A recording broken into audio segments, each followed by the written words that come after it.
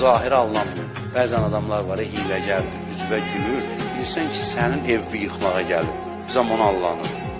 Dünyaya alınan adamların halı buna bənzəyir, vəziyyəti buna bənzəyir.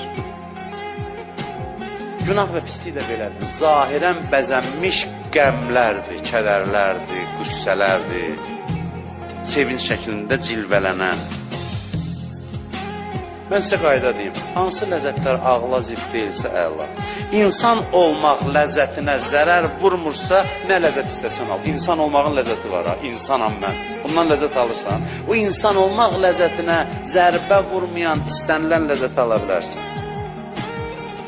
İnsanlıq ləzzətini alsan, məqam da ləzzətlidir, pul da ləzzətlidir. Hər şey fikirdir ki, məqam Həzrət Yusuf şahdan vəzifə istədi.